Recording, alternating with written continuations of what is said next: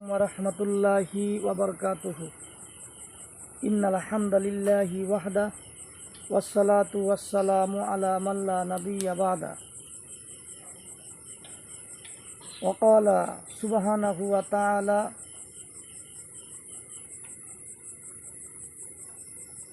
ইয়া আইয়ুহাল্লাযীনা আমানু আতিউল্লাহ ওয়া আতিউর রাসূল।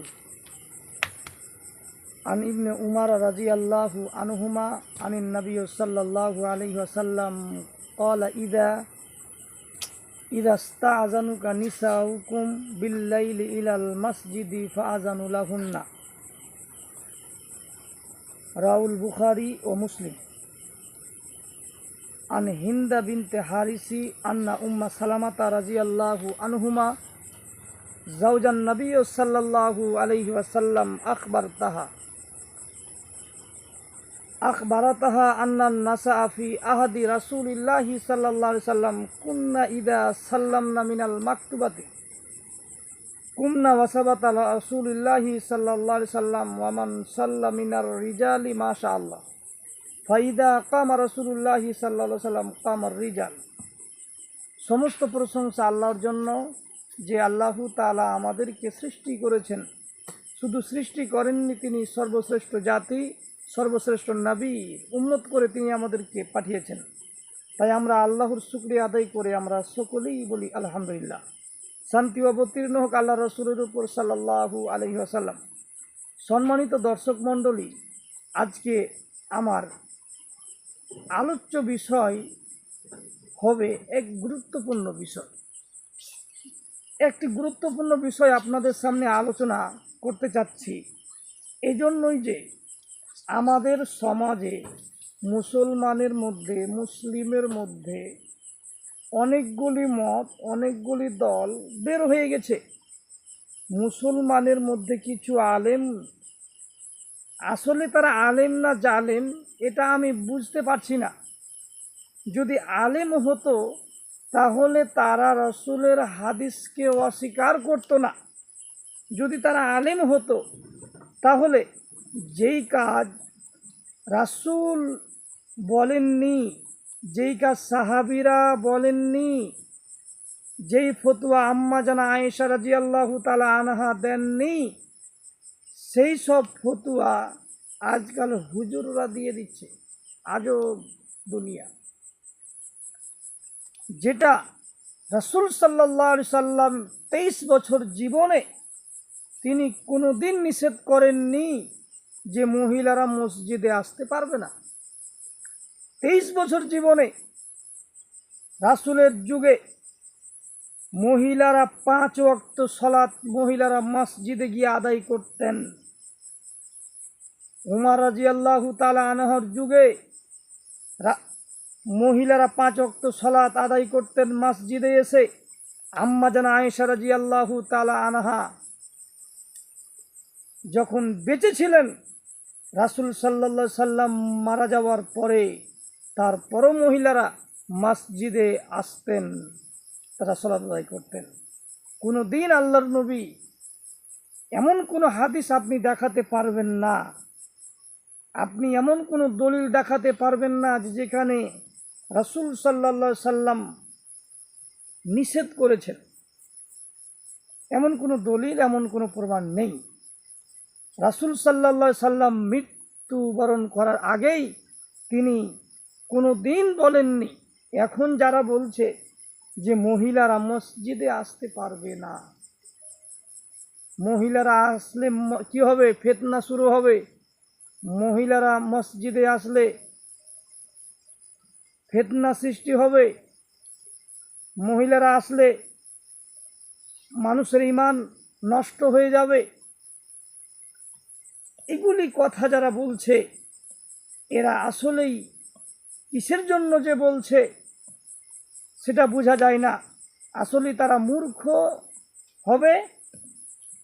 তার দুটা কারণে বলতে পারে, একটা তারা মূর্খ হবে, না হলে তারা কেউ জাহেল হবে, অজ্ঞ, অশিক্ষিত, মেধাহীন, নির্বোধ হওয়ার কারণেই কথা বলতে পারে, যে পড়েনি শুনেনি এমনি বলছে। দ্বিতীয়, তারা গায়ে জড়ামও বলতে পারে। রাসূল সাল্লাল্লাহু আলাইহি সাল্লামের 23 বছর জীবনে তিনি কোনোদিন বলেননি যে মহিলারা মসজিদে আসতে পারবে না। মহিলারা যে মসজিদে এসে সালাত আদায় করবে, মহিলারা যে মসজিদে এসে 5 ওয়াক্ত সালাত আদায় করবে, এর আপনাকে ঢেরি দলিল আমি আপনাকে দিতে পারি। অসংখ্য দলিল দিয়ে আপনাকে আমি দাফন করে দিতে পারি, অসংখ্য দলিল। যেখানে পৃথিবীর কোনো হুজুরদের, পৃথিবীর কোনো পীর সাহেবদের, পৃথিবীর কোনো বুজুর্গণের দিনের ক্ষমতা নেই যে হাদিসকে অস্বীকার করা। একটি আমি আপনাদের সামনে দলিল দিব মহিলাদের মসজিদ সম্পর্কে, যে মহিলারা মসজিদে গিয়ে 5 ওয়াক্ত সালাত আদায় করবে। তার আগে আমি একটি কথা বলে নিই। বলুন তো, পৃথিবীর মধ্যে সবচেয়ে খারাপ জায়গা কোনটি?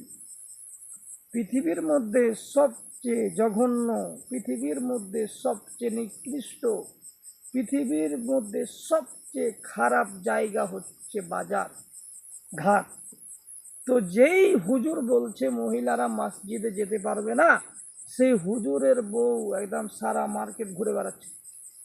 তো হুজুর তো কোনোদিন বলল না যে বাজার তো খারাপ জায়গা, বাজার তো নোংরা, বাজার তো নিকৃষ্ট জায়গা, সেখানে যাচ্ছ কেন? হুজুরের কথা, তখন হুজুরের মুখটা অবশ হয়ে যায়, কথা বের হয় না।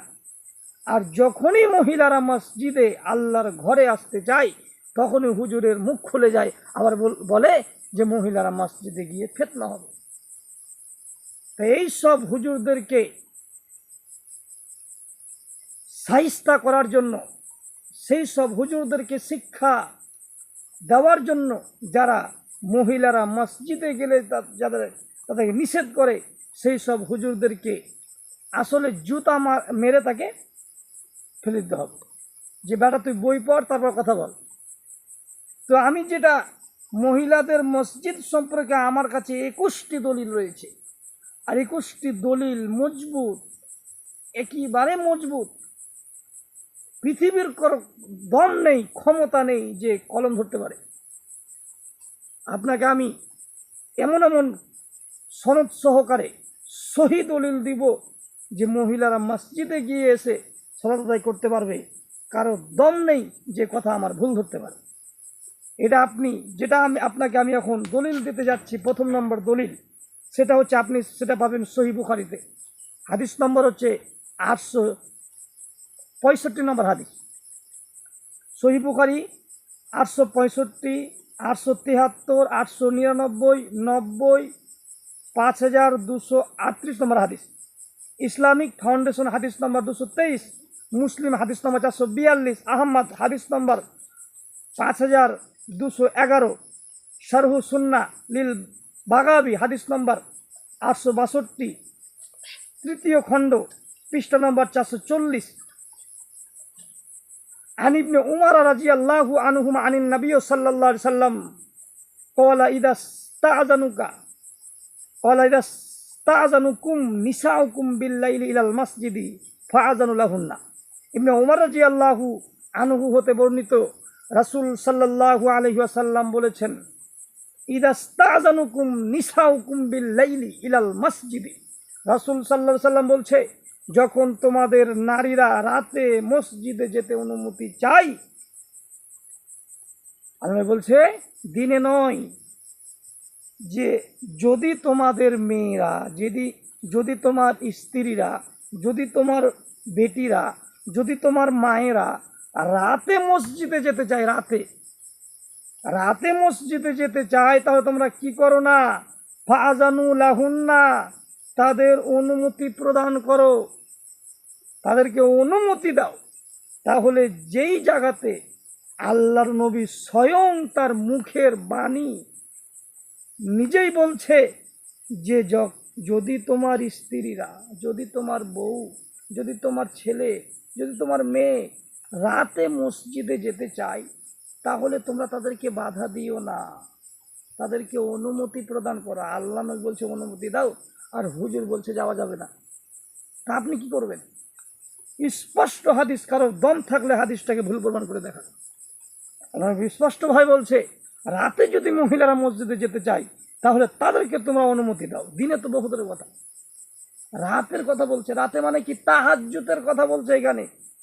রাতের নামাজ, রাতের নামাজ কত? মাসনা, মাসনা, 2 রাকাত করে নামাজ। রাতে মানুষ নামাজ পড়ে মানে কি? তাহাজ্জুদের নামাজ যদি মহিলারা মসজিদে গিয়ে পড়তে চায় তাহলে তাদেরকে নিষেধ করা যাবে না। অনুমতি দিতে বলছেন আল্লাহ নবী, আর হুজুর বলছে যাওয়া যাবে না। নারীদের মসজিদে যাওয়া যায়। বড় বড় আলেম ঠিক যারা, তারা বলছে যে নারীদের মসজিদে যাওয়া যায়। মহিলারা স্বামীর কাছে অনুমতি চাইলে স্বামীর উচিত হবে মহিলাদেরকে মসজিদে যাওয়ার অনুমতি দেওয়া। রাতেও মহিলারা মসজিদে যেতে পারে। আরেকটা হাদিস আপনাকে আমি শোনাবো, সেটা হচ্ছে সহিহ বুখারী হাদিস নম্বর 866, 837, ইসলামিক ফাউন্ডেশন হাদিস নম্বর 824, নাসাই হাদিস নম্বর 13033, আহমদ হাদিস নম্বর 2688, সুনানুল কুবরালিল নাসাই হাদিস নম্বর 1257, আন হিন্দ বিনতে হারিস আন উম্মা সালামাতা রাদিয়াল্লাহু আনহুমা যাওজান নবী সাল্লাল্লাহু আলাইহি সাল্লাম আখবারাতহা আন্না নিসা ফি আহাদি রাসূলিল্লাহি সাল্লাল্লাহু আলাইহি সাল্লাম কুনা ইযা সাল্লামনা মিনাল মাকতুবাতি। হিন্দ বিনতে হারিস রাদিয়াল্লাহু তাআলা আনহা হতে বর্ণিত, নিশ্চয়ই উম্মে সালামা রাদিয়াল্লাহু আনহা তাকে জানিয়েছেন যে নারীরা আল্লাহ রাসূল সাল্লাল্লাহু আলাইহি সাল্লামের সময়, রাসূলের যুগে ফরজ সালাতের সালাম ফিরার সঙ্গে সঙ্গে উঠে যেতেন। আল্লাহ নবী স্ত্রী বলছে, উম্মে সালামা রাদিয়াল্লাহু আনহা জানিয়েছেন, নবীর স্ত্রী যাওজান নবী সাল্লাল্লাহু আলাইহি ওয়াসাল্লাম, আল্লাহ নবীর স্ত্রী বলছে যে নারীরা আল্লাহ নবী যখন সালাম ফিরাতেন সঙ্গে সঙ্গে সালাম ফিরার সাথে সাথে মহিলারা উঠে যেতেন, মহিলা উঠে বাড়ি যেতে আরম্ভ করতেন। কুমনা ওয়াসাবাত রাসূলিল্লাহি সাল্লাল্লাহু আলাইহি ওয়াসাল্লাম ওয়া মান সাল্লা মিনার রিজালি মাশাআল্লাহ। আর আল্লাহ রাসূল সাল্লাল্লাহু আলাইহি সাল্লাম ও তার সঙ্গে সালাত আদায়কারী পুরুষরা আল্লাহ যতক্ষণ ইচ্ছা ততক্ষণ অবস্থান করতেন। আল্লাহ রাসূল সাল্লাল্লাহু আলাইহি সাল্লাম এবং পুরুষরা, আল্লাহ নবীর সঙ্গী সাথীরা, সাহাবীরা যতক্ষণ পারতেন ততক্ষণ তারা বসে থাকতেন। ফাইদা কামা রাসূলুল্লাহ সাল্লাল্লাহু আলাইহি সাল্লাম কামার রিজাল, যখন আল্লাহ নবী দাঁড় হয়ে যেতেন তখন তারাও দাঁড় হয়ে যেতেন। অত্র এই বুখারী হাদিস থেকে আমরা স্পষ্টভাবে বুঝতে পারলাম যে আল্লাহ নবীর স্ত্রী বলছে উম্মে সালামা যে আল্লাহর নবী সময়, আল্লাহর নবীর যুগে যখন আল্লাহ নবী সালাম ফিরাতেন, আসসালামু আলাইকুম রহমতুল্লাহ, আসসালামু আলাইকুম রহমতুল্লাহ, যখন আল্লাহ নবী সালাম ফিরাতেন সঙ্গে সঙ্গে মহিলারা উঠে যেতেন, উঠে তারা বাড়ি যেতে লাগতেন। আর সাহাবীরা, আল্লাহ রসুলের সঙ্গী সাথীরা, পুরুষরা যতক্ষণ আল্লাহ নবী বসে থাকতেন ততক্ষণ সাহাবীরা বসে থাকতেন। আর আল্লাহ নবী যখন উঠে যেতেন তখন সাহাবীরাও উঠে যেতেন, স্পষ্ট হাদিস। তারপরে আরেকটি দলিল আপনাকে আমি দিব, ফরজ সালাতের মহিলারা মসজিদে যেতে পারে ফরজ সালাতের জন্য। এটা আপনি পাবেন সহিহ বুখারী হাদিস নাম্বার 867, 372, ইসলামিক ফাউন্ডেশন হাদিস নাম্বার 825, মুসলিম হাদিস নাম্বার 645, নাসাই হাদিস নাম্বার 545, আবু দাউদ হাদিস নাম্বার 423, তিরমিজি হাদিস নাম্বার 1503, মালিক হাদিস নাম্বার 4, সুনানে আবু দাউদ হাদিস নাম্বার 1562, সুনানুল শাফিঈ হাদিস নাম্বার 122। আন আয়েশা রাদিয়াল্লাহু আনহা ক্বালাত ইন কানা রাসূলুল্লাহি সাল্লাল্লাহু আলাইহি সাল্লাম লা ইউসাল্লি সুবহা ফায়ানসরিফুন নিসাউ মুতালাফফাতিন বিমুরুতিহিন্না মা ইউরাফনা মিনাল গালাসি। আয়েশা রাদিয়াল্লাহু আনহা হতে বর্ণিত, তিনি বলেন রাসূল সাল্লাল্লাহু আলাইহি ওয়াসাল্লাম যখন ফজরের সালাত শেষ করতেন তখন নারীরা চাদরের সর্বাঙ্গ আচ্ছাদিত করে ভালোভাবে ঢেকে নিতেন। অন্ধকারে দরুন তাদেরকে চেনা যেত না। আয়েশা রাদিয়াল্লাহু তাআলা আনহা বলেন, যখন আল্লাহর নবী সালাম ফিরাতেন, সালাম ফিরার সঙ্গে সঙ্গে মহিলারা কি করতেন, ফজর ও সালাত যখন আদায় করতেন তখন তারা কি করতেন, তাদের চাদরটা কি করতেন, সারা শরীরে ঢেকে নিতেন। যখন ফজরের সালাত মানে জোহর নয়, আসর নয়, ফজরের সালাত, সকালের সালাত যেটা আমরা ফজর সালাত বলি, সেই সালাতে মহিলারা মসজিদে গিয়ে উপস্থিত হয়েছেন নবীর যুগে। তো আয়েশা রাদিয়াল্লাহু তাআলা আনহা বলছেন, যখন আল্লাহ নবী সালাম ফিরাতেন ফজরের সময়, তখন মহিলা তাদের চাদর নিয়ে সারা দেহটা ঢেকে নিতেন আর তারা যেতে লাগতেন। অন্ধকারে দরুন তাদেরকে চিনা যেত না। আরেকটি হাদিস আপনার সামনে আমি বলি, সেটা হচ্ছে সহিহ বুখারী হাদিস নম্বর 869, মুসলিম হাদিস নম্বর 445। আন আয়েশা রাদিয়াল্লাহু আনহা ক্বালাত লাউ আদরাকা রাসূলুল্লাহি সাল্লাল্লাহু আলাইহি ওয়াসাল্লাম আহাদাসান নিসাউ মা মানাহুন্না কামা মুনিআত নিসাউ বানি ইসরাঈল কুলতু লি আমরাত আও বুনিনা ক্বালাত না। আয়েশা রাদিয়াল্লাহু আনহা হতে বর্ণিত আছে যে তিনি বলেন, যদি আল্লাহ রাসূল সাল্লাল্লাহু আলাইহি সাল্লাম জানতেন যে নারীরা কি অবস্থা সৃষ্টি করেছে, তাহলে বনী ইসরাঈলের নারীদের যেমন বারণ করা হয়েছিল তেমনি এদেরকেও মসজিদে আসা নিষেধ করতেন। রাবি বলেন, আমি আয়েশা রাদিয়াল্লাহু আনহাকে জিজ্ঞাসা করলাম তাদের কি নিষেধ করা হয়েছিল, তিনি বললেন হ্যাঁ। এই হাদিস তারা যারা বলছে যে এটা শেষ হাদিস, এটা বলে আমি আজকে আমার আলোচ্য বিষয় শেষ করে দিব। সেটাই হচ্ছে যারা বলছে যে মহিলারা মসজিদে আসতে পারবে না, মহিলারা মসজিদে আসতে পারবে না, তারা এই হাদিসটা দলিল দিবে। সহিহ বুখারীর হাদিসটা 869 নম্বর হাদিস তারা বলবে, মুসলিম হাদিস নম্বর 445, আহমদ হাদিস নম্বর 2641 নম্বর হাদিস। এই হাদিস তারা দলিল দিচ্ছে যারা বলছে যে মহিলারা মসজিদে আসতে পারবে না। তাদেরকে যদি আপনি বলেন যে একটা দলিল দেন, তাহলে এই হাদিসটা আপনাকে তারা দলিল দিবে কি, যে রাসূল সাল্লাল্লাহু আলাইহি ওয়াসাল্লাম বলছেন, আয়েশা রাদিয়াল্লাহু তাআলা আনহা বলছেন যে নারীরা এখন যে অবস্থা সৃষ্টি করেছে, যদি আল্লাহ নবী জানতেন তাহলে তাদেরকে নিষেধ করতেন। মানে হুজুর এই হাদিস পড়ে বলছে যে এই দেখো আয়েশা বলছে, যদি আল্লাহ নবী বেঁচে থাকতেন বা আল্লাহ নবী যদি আগে জানতেন যে এখন যেই অবস্থা, এখন যে ফিতনা মহিলারা সৃষ্টি করেছে, এটা যদি আল্লাহ নবী আগে জানতেন তাহলে তিনি মহিলাদেরকে আসতে নিষেধ করতেন। তো হুজুর এটা বুঝে নিয়েছে যে নিষেধ করতেন, কিন্তু করেছেন কি? এটা আয়েশা রাদিয়াল্লাহু তাআলা আনহা বলছেন, আয়েশার ধারণা, কার ধারণা এটা? এটা কি আল্লাহর নবীর ধারণা না আয়েশার ধারণা? এটা আয়েশার ধারণা। আয়েশার ধারণা হচ্ছে, যদি আল্লাহর নবী বেঁচে থাকতেন, যদি আল্লাহর নবী জানতেন যে এখন যে হারে মহিলারা ফিতনা সৃষ্টি করেছে, যদি আল্লাহ নবী জানতেন তাহলে তো নিষেধ করে দিতেন। তো নিষেধ করে দিতেন, আল্লাহ নবী কি নিষেধ করেছে? কি নয়, রাসূল সাল্লাল্লাহু আলাইহি ওয়াসাল্লাম নিষেধ করেননি। এটা আয়েশার নিজের মতামত। আয়েশা রাদিয়াল্লাহু ব্যক্তিগত মতামত পেশ করতে গিয়ে এভাবে বলেছেন। আয়েশা রাদিয়াল্লাহু নিজের ব্যক্তিগত মতামত পেশ করতে গিয়ে বলেছেন।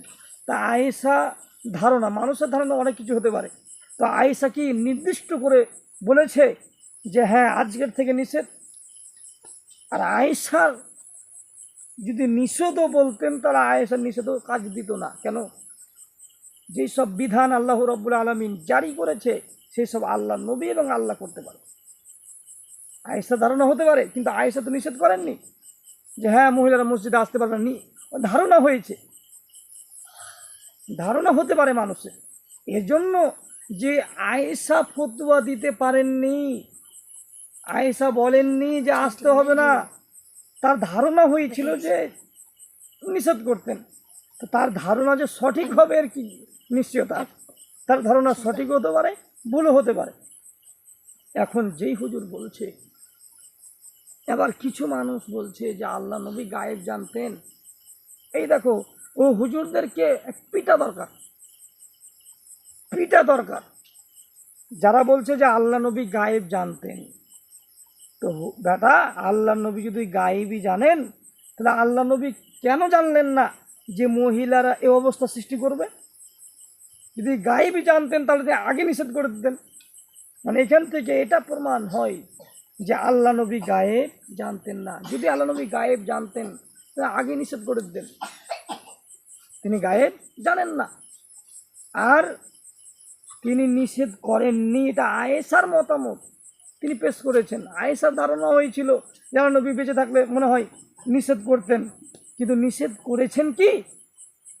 তাহলে আজকে আমরা এতটুকু আমরা বুঝতে পারলাম যে 3-4টা হাদিসে আমরা যেটা বুঝতে পারলাম যে মহিলারা ফজরের সালাত রাসূলের যুগে মসজিদে গিয়ে আদায় করতেন।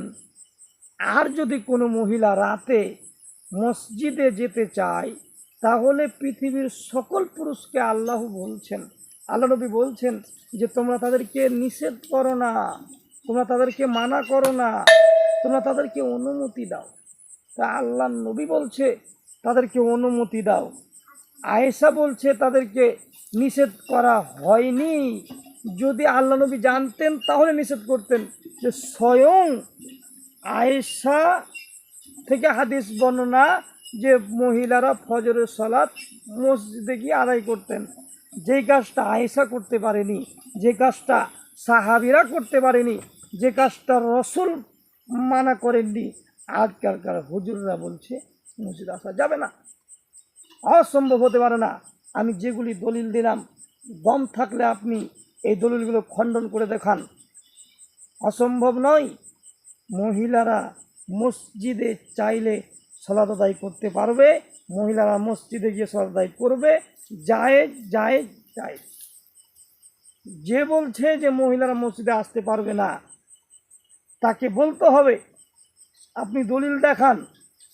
যদি মহিলারা মসজিদে যাওয়া নিষেধ হয় তাহলে আল্লাহর নবীকে আবার দুনিয়াতে আসতে হবে, এসে বলতে হবে দুনিয়ার মানুষ তোমরা কি করো, আজ থেকে ঘোষণা হলো আজ থেকে কোনো মেয়ে আর মসজিদে গিয়ে সালাত আদায় করতে পারবে না, তারাবির সালাত আদায় করতে পারবে না, ঈদগাহ মাঠে যেতে পারবে না।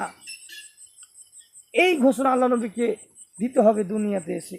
যেহেতু আল্লাহ নবী দুনিয়াতে আর আসবে না, তেমনি মহিলারা মসজিদে যেতে পারবে না, এর প্রমাণ কিয়ামত পর্যন্ত হবে না। আল্লাহ রাব্বুল আলামিন সকল মুসলমানদেরকে কথাগুলো বুঝার মানার তৌফিক দান করুক। সবাই বলুন আল্লাহুম্মা আমিন। আজকে আলোচ্য বিষয় এখানে শেষ করলাম। আসসালামু আলাইকুম ওয়া রাহমাতুল্লাহি ওয়া বারাকাতুহু।